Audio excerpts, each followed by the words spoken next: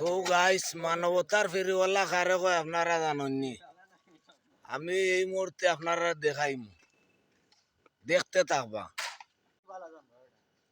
আমরা বুলাগঞ্জ গ্রামর মাঝখানো একটা ব্রিজ হয়েছে নতুন অবস্থায়, পুরাতন একটা আছিল এটা ভাঙ্গি লিছুন, নতুন অবস্থায় একটা ব্রিজ হয়েছে।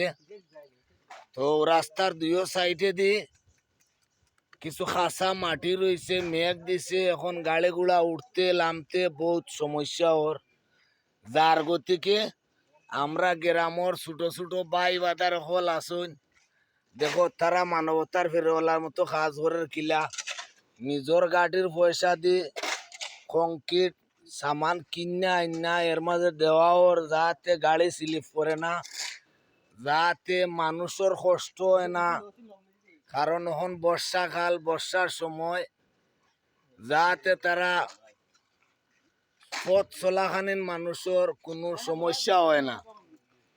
তো এরারে হয় মানবতার ফেরিওয়ালা। আর ও যে বড় বড় এমপি মন্ত্রী লিডার সকল আসুন, অমুক দল তমুক দল, এরা মানবতার ফেরিওয়ালা নাই, তো ফেরিওয়ালা হইলো এরা। আপনারা দেখে রাখা। আর আমরা বুলাগঞ্জ গ্রামের আদর্শ মানবতা দিয়ে আমি কইছিলাম একদিন আপনারা, তাও দেখে নৌকা আরো মাঝে মধ্যে আমি দেখাইমু আপনারা। এর ভিতরে বালা থাকবা।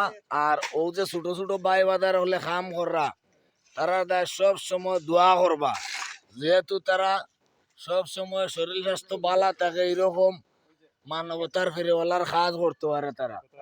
ওই দেখো আমরা গ্রামের চতুর্দিকে বাতি লাগাই দিছে তারা, ছোট ছোট বাই বাদার হলে। আমরা রাত্রে 12টা হোক, 1টা হোক, 3টা হোক, 10টা হোক, আমরা আর তৈলে গ্রামের ভিতরে কোনো লাইট লাগে না, যেহেতু আমরা পুরা গ্রামও লাইট দেওয়া আছে। ইটা খারাপ স্থায়ী হয়েছে, ছোট ছোট বাই বাদার হলো স্থায়ী হয়েছে।